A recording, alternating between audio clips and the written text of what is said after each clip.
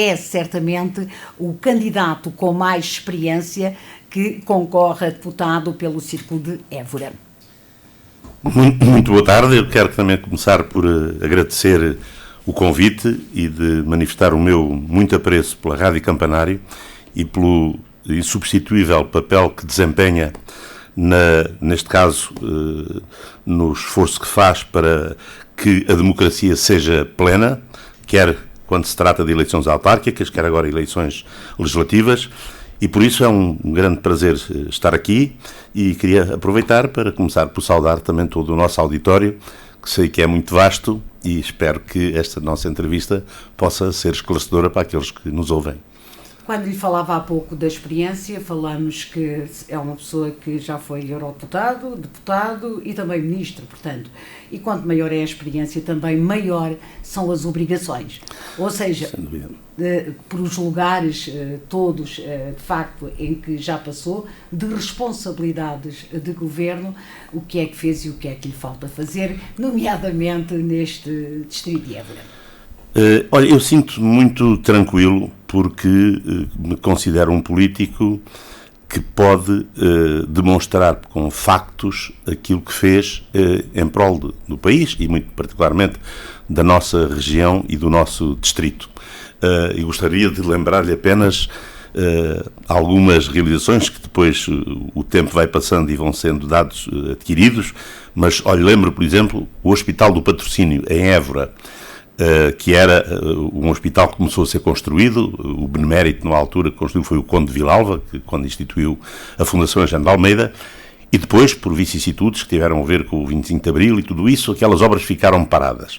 E estiveram paradas durante décadas, até que elas foram incluídas num dos programas eleitorais em que eu fui candidato, em 1991, desenvolvi todos os esforços na altura junto do Ministério da Saúde.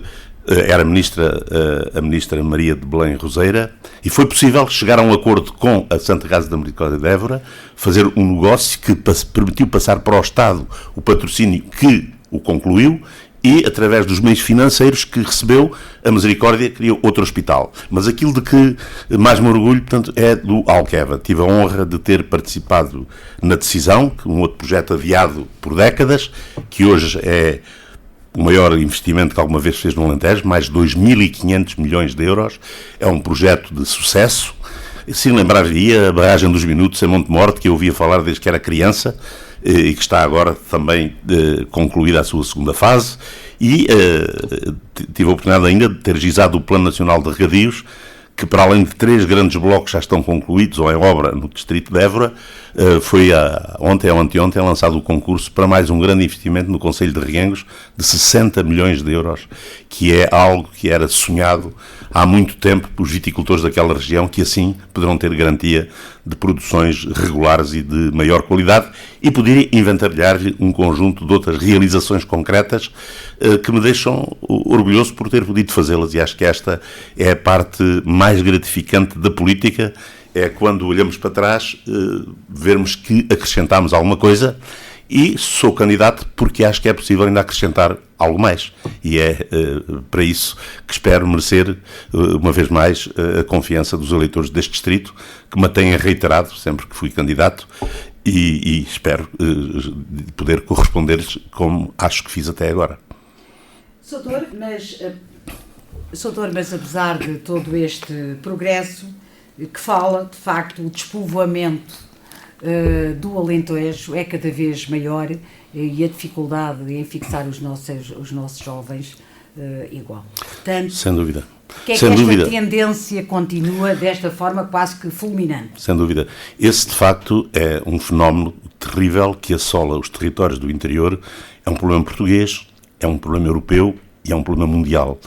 Desde há várias décadas, sobretudo desde os anos 50 do século para cá, que se assiste a nível global a uma concentração das populações nos centros urbanos, porque trata-se de uma bola de neve. Portanto, é ali que estão sediadas as principais empresas, as maiores oportunidades, os grandes centros de ensino, de investigação, e que acabam por absorver a população que aspira a ter melhores cuidados de saúde, melhores acesso à comunicação, à educação, inclusivamente do ponto de vista no que diz respeito aos tempos livres e às atividades lúdicas, e, portanto, esse movimento de concentração tem sido uma constante nas últimas décadas, que as estatísticas demonstram, como disse, em Portugal e em toda a Europa. Esta é, aliás, uma da questão que preocupa os decisores europeus e relativamente às quais têm sido procuradas pôr em prática medidas que atenuam ou consigam passar por cima deste problema, que é muito difícil, porque hoje em dia qualquer jovem, um jovem casal que queira constituir família, naturalmente aspira a ter boa qualidade de vida, a ter acesso aos diferentes níveis de educação para os seus filhos, a ter bons cuidados de saúde, e essas infraestruturas têm vindo a ser paulatinamente construídas e são elas, e a garantia da sua existência, que podem atrair empresas que, por sua vez, são as que geram emprego e que podem remunerar adequadamente quem nelas trabalha. Portanto, o trabalho que tem vindo a ser feito, nós criámos autoestradas, estamos a criar a ferrovia, investimos na universidade, estamos agora a construir o novo Hospital Central do Alentejo, está-se a investir com infraestruturas ao nível de centros de saúde, as escolas, o progresso que se fez. Aliás, ainda há poucos dias estive aqui em Vila Viçosa e pude visitar uma escola que me parece exemplar do ponto de vista da agradabilidade e do conforto para os seus alunos. Essas infraestruturas, que é o papel do Estado, nós estamos num país onde não é como na China, em que o Estado é dono de todas as empresas e decide onde as coloca. Quem decide onde as empresas são instaladas são os empresários. E os empresários instalam-se em função das condições de atratividade. A nós, os políticos, compete-nos criar essas condições. E essas condições têm vindo a ser criadas com esforço muito grande, incluindo esforço muito grande dos contribuintes, que somos todos nós, já que muito parte destes investimentos saem dos impostos que nós todos pagamos. Dir-me-á, é suficiente? Não, infelizmente não é suficiente. E temos não tem sido, pelo menos, para contrariar. Não, eu diria o que é que teria sucedido se este esforço não tivesse sido feito. Portanto, se este esforço não tivesse sido feito, o que é que teria sucedido? Porque nós temos muito a nostalgia dos pequenos lugarejos, das pequenas aldeias perdidas na montanha, mas devíamos questionar-nos porque é que as pessoas não querem viver lá. E perguntar a algum de nós, quando olhamos para isso, se gostaríamos de viver em permanência, num lugar isolado, que em muitos deles só há muito pouco tempo chegou a luz elétrica, o saneamento básico, onde não existe, infelizmente, ainda internet, e essa é outra preocupação. Nós temos, nos dias que correm, de instalar em condições de qualidade redes de comunicação em todo o país, porque isso hoje gera emprego, e podemos agora constatar com a pandemia e quando muita gente foi remetida para o teletrabalho, este é um dado novo. Há muitos trabalhos que, não necessitando da presença física do trabalhador, se podem fazer em qualquer lado. Agora, isso não poderá acontecer se não existirem condições para tal, designadamente boas redes de acesso à internet. Por isso, nós estamos a iniciar um novo ciclo, porque, entretanto, as vias de comunicação se tornaram rápidas. De antes, para se visitar a família, quem trabalhava em Lisboa, vinha-se pelo Natal, vinha-se pelo verão. Hoje, todos os fins de semana, se vem. Por outro lado, há o fenómeno das segundas residências, que, obviamente, não sendo uma ocupação permanente, mas que animam atividades turísticas, animam a presença física. Temos, portanto, de olhar para a nova sociedade que temos, utilizando os novos meios, tendo consciência que as novas vias de comunicação sugam as pessoas, mas também as trazem de alguma forma de volta, mas de qualquer modo o mais importante é a diversificação da base económica e criar condições. Aliás, o nosso Primeiro-Ministro diz que é este paradoxo. Nós estamos aqui no Alentejo entre as duas maiores metrópoles da Península Ibérica, tanto entre Madrid e entre Lisboa. E é sobretudo do lado espanhol e do lado português, em toda a faixa que vai desde Bragança até o Algarve, que é a zona mais despovoada. Ora, temos que inverter esta situação, transformar esta região, que é praticamente equidistante dos grandes centros, numa nova zona de progresso e de atratividade, criando primeiras infraestruturas, portanto, elas, como disse, estão quase, já temos a autoestrada, iremos ter a grande velocidade a curto prazo, temos boas redes no sistema de saúde, no sistema de educação, digamos, já há pouco nos falta em termos da infraestruturação. Falta a seguir criar as condições de atratividade para que empresas aqui se instalem, sejam elas nacionais, sejam internacionais, através da captação do investimento estrangeiro, que felizmente tem vindo a crescer muito nos últimos anos. Doutor, temos um novo paradigma, ainda falando aqui desta questão do despovoamento do Alentejo. Há um novo paradigma, é que neste momento já somos tão poucos que já não conseguimos dar resposta, portanto, há as muitas ou poucas empresas que se instalam no interior. Como é que pensa que esta solução... É verdade, eu vou dar-lhe um exemplo. Olha, eu fui responsável, enquanto Ministro da Agricultura, e contribuí para que um grande investimento viesse aqui para um dos nossos municípios. Foi o grande matador de uma empresa de abate de suínos, que é hoje uma grande exportadora, que se instalou no Concelho de Reguengos de Monsaraz, onde tem umas dezenas de novos trabalhadores. De qualquer modo, as pessoas que ali trabalham exigem uma grande qualificação. São as pessoas que trabalham, que cortam, que embalam as carnes que são produzidas, e o empresário em questão teve de recorrer, digamos, à importação de mão de obra porque não conseguiam encontrá-la na região, e teve de recorrer é transversal, hoje já há muitas Exatamente, empresas. E esta é uma solução, mas este até é um excelente exemplo de integração, porque tratando-se de empregos permanentes, contrariamente ao que acontece com outros empregos no setor agrícola que são temporários, estes, sendo permanentes, permitiram que estas pessoas se fixassem, trouxeram as suas famílias, estão instalados e disseminados nos diversos povoados do Concelho de Reguengos de Monsaraz, penso que numa integração perfeita, e portanto esta é uma forma também de combatermos a nossa desertificação humana, já que o nosso envelhecimento torna difícil que demograficamente sejam os alentejanos a retomar esse ciclo demográfico. Temos, portanto, de impedir a saída dos jovens, mantê-los, mas isso só não bastará. Em alguns setores específicos, temos certamente de incorporar e integrar mão de obra vindo de outras paragens, neste caso, como digo, do exemplo de Reguengos de Monsaraz, facilitada ainda pelo facto, digamos, de serem pessoas que vieram, mas que partilham uma língua comum, onde a integração se torna, portanto, bastante mais fácil. Considera que a questão da imigração, que devem vir pessoas às medidas das necessidades, como, enfim, há outros partidos também que defendem, quase que por cotas, portanto, à medida das nossas necessidades... Este é um problema terrível hoje no mundo, porque temos de distinguir duas coisas: refugiados e imigrantes. Refugiados são aqueles que fogem da guerra, que são perseguidos, que têm risco de vida e que, portanto, o que pedem é, digamos, a caridade do acolhimento. E isso não podemos, obviamente, recusar a ninguém, como aconteceu com muitos europeus que foram refugiados, por exemplo, da Alemanha nazi, e que estão bem presentes e são visíveis em documentários, aquilo que passou com tantos povos europeus ainda há tão pouco tempo. Agora são sobretudo povos asiáticos, povos africanos. Portanto, a questão dos refugiados, há que saber, de facto, distinguir se quem nos pede esse estatuto corre, de facto, perigo de vida, de integridade de si próprio ou da sua família, e aí há que fazer um esforço, que eu defendo que seja comum na Europa, não pode ser um país isoladamente a resolver o problema, mas, portanto, acolher quem precisa de ser protegido da sua vida ou de outros riscos graves. Outra questão é a questão dos imigrantes, que são imigrantes económicos, são pessoas que, tal como aconteceu com os portugueses nos anos 60 e nos anos 70, que tivemos de ir aos milhares, enfim, antes ainda para o Brasil, para a Venezuela, depois para a França, para a Alemanha.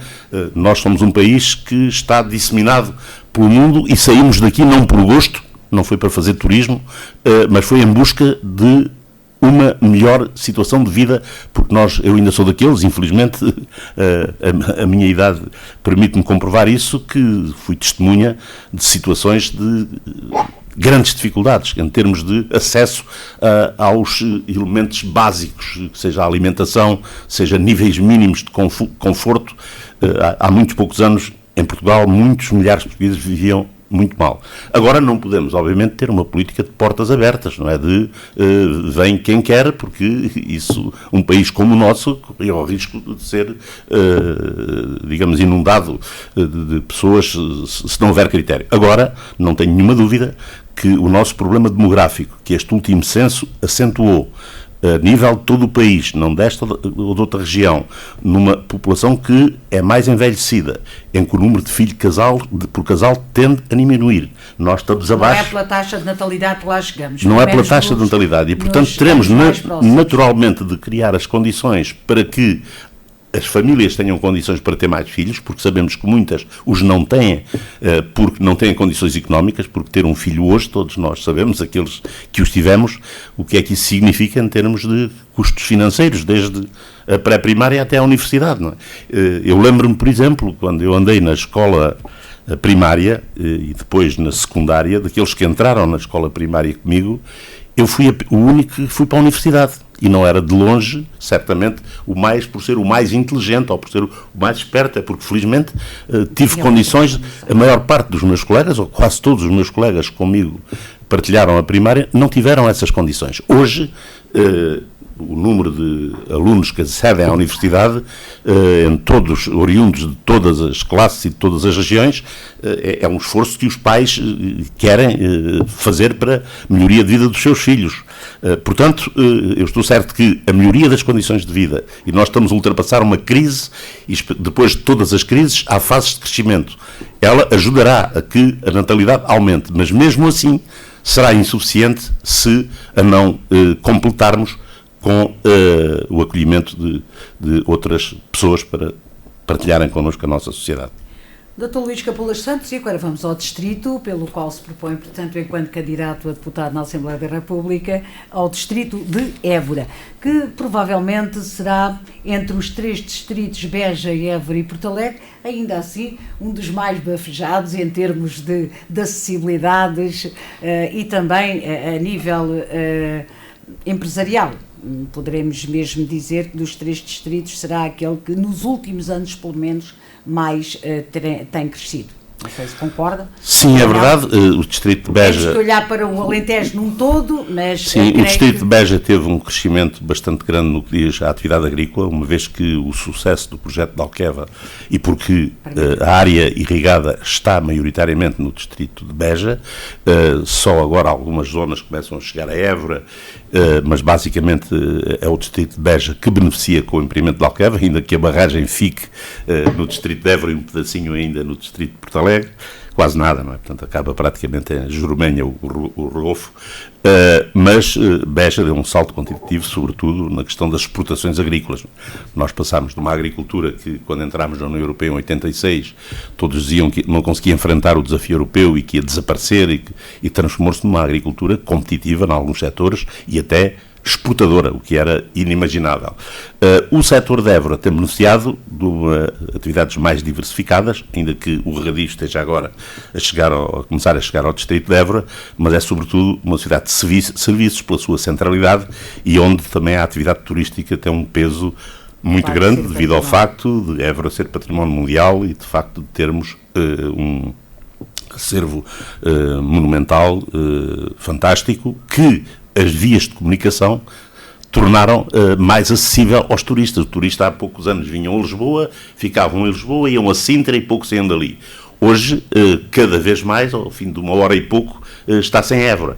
Portanto, há que criar, por isso, condições de animação que levem a que os turistas não só visitem, mas como permaneçam. Mas a atividade turística, nos últimos anos, foi aquela que conheceu em todo o país, e no Alentejo em particular, não tenho de memória os números, mas a região do Alentejo, durante vários anos, somou ritmos de crescimento incomparáveis. Basta ver, por exemplo, eu ainda ontem passava no centro da cidade de Évora, onde é hoje a Pousada da Juventude, que era o antigo Hotel Planície, não sei se a Augusta se lembra. Sim. Que era o único hotel que existia em Évora, um pequeno hotelzinho de ter estrelas. Hoje você tropeça com um hotel em todos os cantos da cidade e todos estes temos vários 5 estrelas. E o que é impressionante... Quase que já existem mais hotéis que habitações. Ouça, não é isso, mas o que me impressiona, e eu frequento alguns deles, costumo ir jantar, tomar uma bebida, e fico impressionante, sobretudo nos fins de semana, à sua lotação completa. Ainda hoje de manhã estive num deles e não tinha sítio para estacionar o carro. Portanto, isto é uma atividade que não é irrelevante, mas que naturalmente que temos que acarinhar e que temos que fazer tudo para que se mantenha num patamar elevado de qualidade, como até agora tem acontecido, e acho que o facto de Évora ter a candidatura à Capital Europeia da Cultura 2027, que permitirá investimentos muito vultosos caso venha a ser selecionada, será um fator maior de impulsionamento da atividade turística, e nós, apesar de ser uma iniciativa da Câmara de Évora, que é de outro partido político, o Partido Socialista não só tem apoiado, como continuará a apoiar e espera que todos os demais façam os mesmos esforços para que consigamos trazer para Évora a Capital Europeia da Cultura de 2027. Doutor, só aqui um olhar por Porto Alegre. Não falámos, passou por Évora, passámos para... Não é candidato, obviamente, a qualquer um daqueles distritos, é a Évora, mas de qualquer das formas, Porto Alegre, que não tem Alqueva, como é que... Bem, mas Porto Alegre vai ter, depois de muitos e muitos anos de adiamentos e de indecisões, vai ter finalmente a barragem do Pisão, portanto, que era uma aspiração, digamos, que é o mais pequeno Alqueva do distrito de Porto Alegre. É um investimento de várias dezenas de milhões de euros, que está, digamos, a percorrer a tramitação processual, que vai desde os projetos, do estudo de impacto ambiental, até à definição das linhas de funcionamento. Sim, mas estão garantidas, foi assumido por resolução do Conselho de Ministros, a garantia do financiamento. Penso que irá recorrer-se a vários dos instrumentos financeiros que vamos ter agora, do PRR, creio que basicamente são investimentos a partir do PRR, onde está já inscrito o projeto, e digamos, Porto Alegre terá também o seu grande projeto de investimento. Mas é de facto o distrito, primeiro é dos mais pequenos do ponto de vista demográfico, mas é aqueles que mais têm sofrido esta erosão da população e, portanto, onde terão de ser desenvolvidos esforços mais acentuados para inverter este processo. Portanto, não tem valido o facto de, portanto, o facto de terem sido eleitos 2 deputados do Partido Socialista, de estarem eleitos. Portanto, não... Ouça, durante Portugal, como sabe, os governos são do PS ou são do PSD. Os outros, quando muito, o CDS, são apêndices do partido. O que é facto é que nenhum destes investimentos que eu lhe falei, que já foram feitos e que foram prometidos por todos durante muitos anos, não me lembro de um único que tenha sido executado por um governo do PSD. Portanto, a diferença parece-me ser essa. E acho, por isso, se não tivessem eleito 2 deputados e ter contribuído para a maioria que até agora tem governado o país, provavelmente a barragem do Pisão continuaria a ser a miragem que foi durante as décadas precedentes, e não se diga que não havia condições. Lembro-me que o professor Cavaco Silva, nas suas maiorias, elas coincidiram com o primeiro grande pacote de fundos comunitários. Portanto, há uma diferença entre o prometer e fazer e o reivindicar, mas continuar tudo na mesma. Essa é a constante entre o PS e o PSD no Alentejo, que é comprovável com múltiplos exemplos. Agora sim, Dr. Luís Capolas Santos, e para o distrito de Évora, se vier a ser eleito deputado, a que é que se propõe, quais são as suas prioridades e objetivos para o distrito? Olha, dirigi muito rapidamente. Deixe-me só acrescentar, para quem nos ouve, perceber que quando um deputado é eleito para defender a nação. Portanto, nunca esquecendo, obviamente, os eleitores dos distritos que, no fundo, os elegem para essas funções. Sem dúvida, todos os 230 eleitos que vierem a sê-lo no dia 30 de janeiro são deputados da nação, do país inteiro. Mas não é por acaso que cada um deles é eleito por um dos 22 círculos eleitorais que temos. Os 18 distritos do continente, as 2 regiões autónomas, um deputado por círculo fora da Europa e outro deputado pelos países, eleito pelos imigrantes e os residentes nesses países da Europa. Mas, naturalmente, que nenhum esquece os eleitores que o elegeram e a atenção que deve conceder ao distrito pelo qual foi eleito e pelo qual deve responder. Aquilo que me proponho neste mandato, como aliás em todos os outros, mas neste em concreto, vou-lhe dizer muito rapidamente. Tenho aqui 10 pontos que nortearão a minha atividade. O primeiro, garantir o bom ritmo de execução dos grandes empreendimentos estruturais em curso, que constitui o maior volume de investimento que alguma vez foi feito no Alentejo. Não basta fazer, não basta lançar a obra, é necessário ir acompanhar, verificar se os calendários são cumpridos, se não há derrapagem nos custos financeiros. Portanto, proponho-me acompanhar o Hospital Central, a ferrovia, todos os outros investimentos que estão em curso merecerão, digamos, este olhar atento. Vou prosseguir o objetivo de criar o curso de Medicina na Universidade de Évora. Têm sido dados, foi uma ideia lançada pelo PS há 6 anos. Naturalmente que o curso de Medicina depende da existência do hospital, que só estará concluído no final de 2023, mas é necessário desde logo começar a trabalhar neste sentido. E é com muita satisfação que já ouvi o Sr. Ministro da Ciência manifestar-se favoravelmente sobre essa matéria e a Sra. Reitora da Universidade, que por acaso agora até é candidata por um outro partido, mas que tem feito um trabalho notável nesta matéria, em conjugação com o Governo, e neste caso com os deputados socialistas, para que este possa ser um objetivo a médio prazo, isto é, após a existência do hospital e do seu apetrechamento técnico e humano. É um objetivo difícil, porque isto implica que uma comissão independente avalie que haja professores catedráticos destas matérias e, portanto, fixá-los em Évora ou que venham a trabalhar parcialmente em Évora. Não é tarefa fácil, mas este será um grande objetivo porque o país precisa de médicos. E se nós vamos ter aqui uma unidade exemplar, um hospital central, com praticamente todas as valências, temos que potenciar algo para além do hospital como estabelecimento apenas de prestação de cuidados. E, portanto, a Faculdade de Medicina é um objetivo que continua a ser prioritário para nós. Doutor, deixe-me só dizer, relativamente a esta questão da Universidade de Évora, foi agora assinado um protocolo com 3 universidades que formou o Campus Sul. Não considera que esta parceria, e há quem já diga que de facto, ou pense que de facto estas parcerias e este novo formato de licenciaturas, enfim, doutoramentos e mestrados, que pode esvaziar esta força e esta ideia de se querer um curso de medicina em Évora? Acho que não, portanto, eu acho que, enfim, não conheço os detalhes dessa parceria, mas aquilo que eu sei é que hoje há uma grande intercomunicação e, ao mesmo tempo, uma grande competitividade entre as grandes universidades europeias e mundiais. E temos de ter consciência que a nossa universidade é uma pequeníssima universidade. Eu, por exemplo, estudei uns meses nos Estados Unidos da América, numa universidade no estado do Indiana, que tinha 50 mil alunos. E, digamos, é uma universidade normal nos Estados Unidos. 50 mil pessoas é a população total da cidade de Évora. A nossa universidade tem 6 mil. Portanto, não é nunca possível uma universidade com a nossa dimensão competir com as grandes universidades, e esta que acabei de referir não é das maiores do mundo. Por isso, acho compreensível que as universidades portuguesas, que têm todas elas uma relativa pequena escala, pretendam criar parcerias para serem mais fortes nessa competição. E, portanto, não acho que isso tenha nada a ver e que prejudique, antes até talvez pelo contrário. Meu terceiro objetivo é concluir a expansão do regadio no distrito de Évora. Portanto, nós tínhamos previsto 4 grandes blocos que ficarão, 3 deles, como lhe digo, já estão em obra. O quarto é o de Reguengos de Monsaraz, será lançado, já está aprovado na unidade de gestão, e ouvi declarações da Sra. Ministra da Agricultura dizendo que até ao final deste mês de janeiro será lançado o concurso para a execução da obra. Defendemos a instalação de plataformas logísticas de mercadorias no Alandroal e em Vendas Novas. Queremos solucionar o problema do atravessamento do trânsito em Montemor e Vendas Novas, onde passam diariamente centenas e centenas de caminhões com problemas ambientais, de ruído e de confusão de tráfego. Há soluções possíveis, que é, por exemplo, neutralizar as portagens entre, no caso de Montemor, as 2 entradas, por forma a que fosse proibido o trânsito de veículos pesados por dentro da cidade.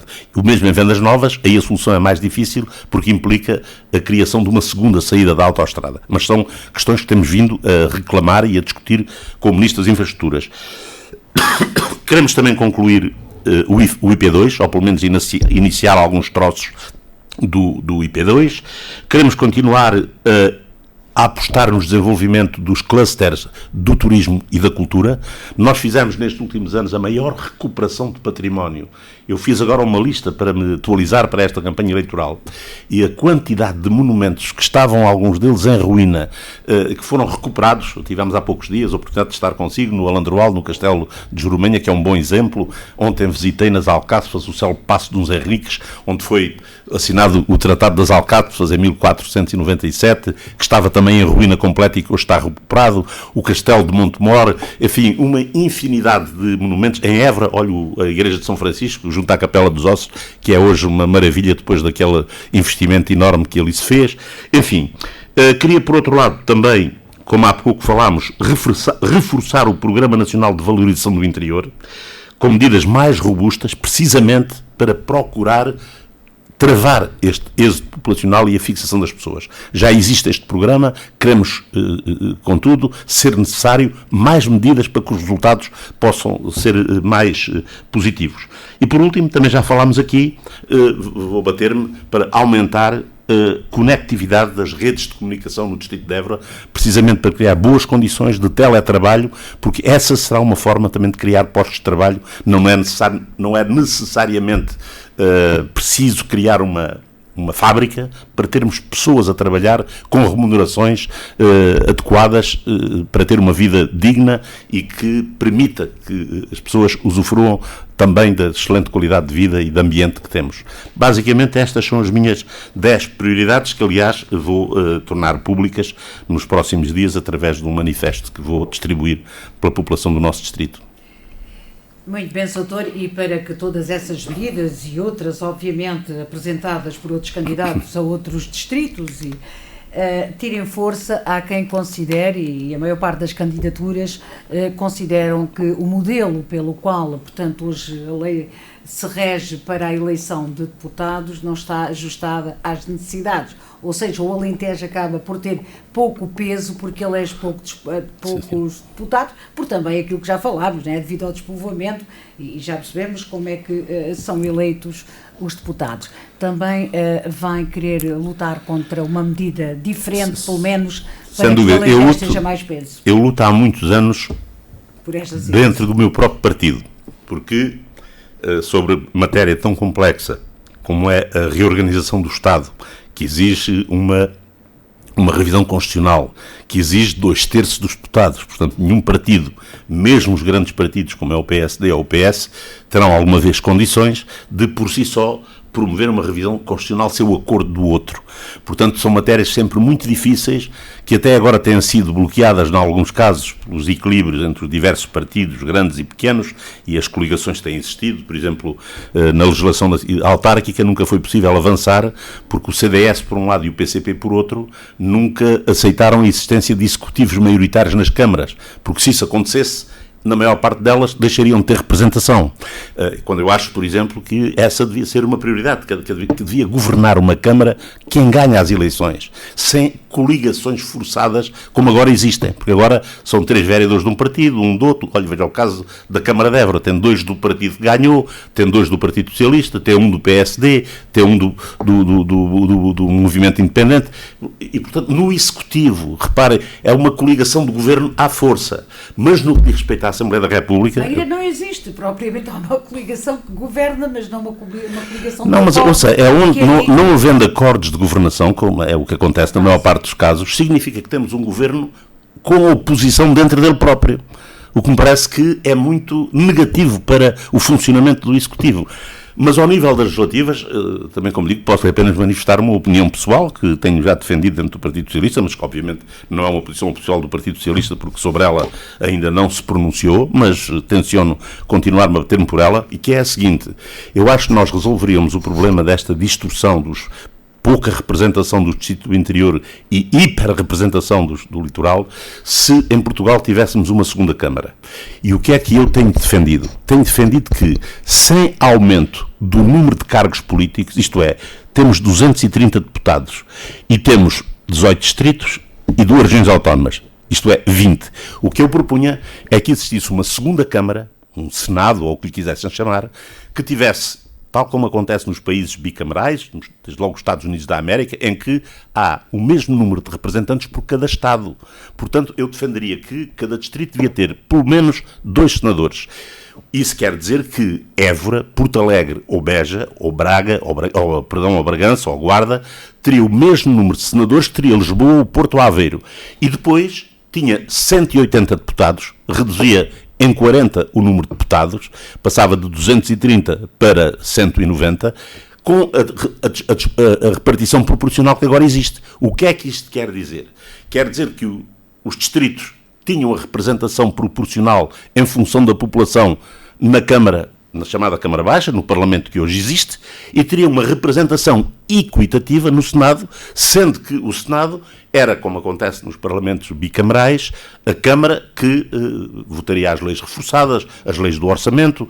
Portanto, eu acho que esta alteração do sistema político, sem aumento do número de titulares e sem aumento de despesa pública, porque sempre que eu tenho defendido esta posição, vêm-me dizer, lá vêm com mais cargos, mais taxas. Não, não é nada disso, porque eu propunha-me criar um número de senadores, mas com a redução de deputados equivalente.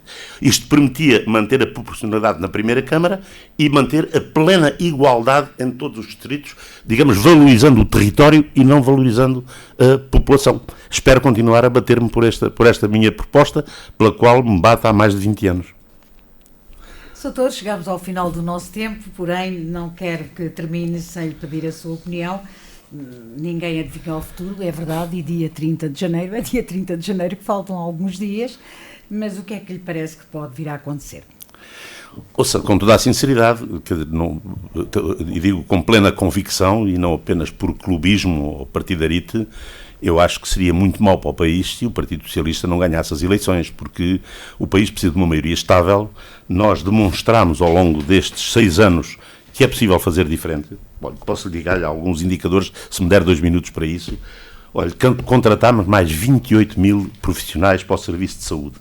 Fizemos um dos melhores planos de vacinação e mais eficaz de todo o mundo para responder à Covid. Em termos de investimento empresarial, em 2021, no primeiro semestre, atingimos recordes. 13,6 mil milhões de euros. Nunca tal tinha acontecido em Portugal. O crescimento económico foi durante este período que crescemos mais do que a média da União Europeia. E é esse o nosso objetivo para o período seguinte, que está no programa eleitoral do Partido Socialista. Temos um máximo histórico em termos de população empregada. Nunca tinha havido em Portugal 4.880.000 portugueses empregados. A taxa de desemprego foi reduzida para metade. Reduzimos em 50%, de 12% em 2015 para 6% atual. Ainda ontem vi num debate, há dias, um debate entre o Primeiro-Ministro e o Chega, em que o deputado do Chega se mostrava muito contente porque a Espanha tinha reduzido o desemprego em 40%, tendo passado para 14%. Ora, nós reduzimos em 50% e passámos de 12% para 6%. Portanto, a melhor... O deputado Chega referia-se ao último ano e o Dr. António Costa referia-se, portanto, ao início da legislatura. Sim, mas para quem tem uma taxa de desemprego tão elevada como os espanhóis tiveram, eles têm uma situação de desemprego, neste momento, 2% mais elevada do que nós tínhamos em 2015. Não é? É evidente que quanto mais baixa é a taxa de emprego... Estavam a falar de períodos diferentes.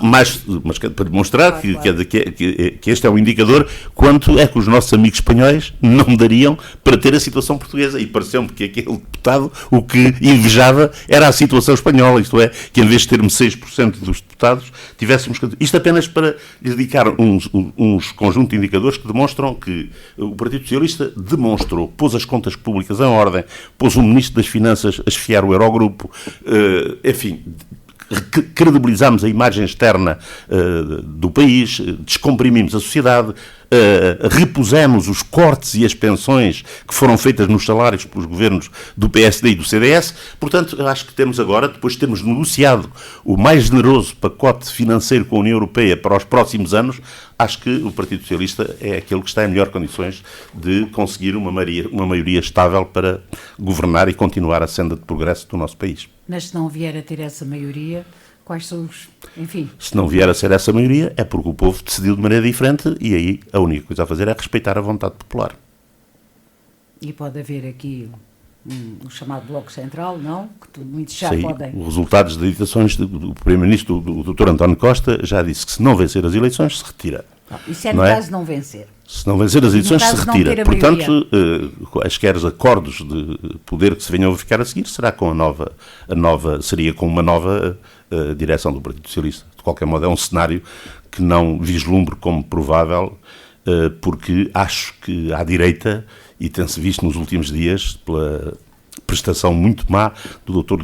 Rui Rio nos debates em que apareceu, pela aparecente agressividade e apetência de crescimento de um partido radical de extrema-direita que irá exigir mundos e fundos se porventura dele depender a maioria, com um CDS bastante fragilizado e uma iniciativa liberal que é um partido de uma pequena elite urbana intelectual, não me parece que haja condições para formar um governo que dê as mínimas garantias de estabilidade e de eficácia que o Partido Socialista pode dar.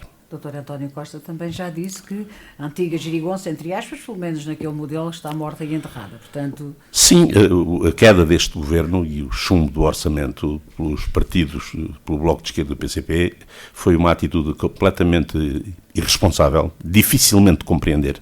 Aliás, no debate televisivo, acho que nem o deputado Jerónimo de Sousa percebeu muito bem porque é que chumbou o orçamento e, portanto, acho que há neste momento, como disse o secretário-geral do PS, uma atitude de grande desconfiança do Partido Socialista relativamente àqueles que nos últimos 6 anos contribuíram, de facto, também para o progresso da governação. Agora sim, muito obrigada, Dr. Luís Capolas Santos, mais uma vez por se ter dirigido aos estúdios da Rádio Campanário, enfim, e ter podido falar ao país, ao Alentejo e, nomeadamente, também por onde se candidata ao distrito de Évora.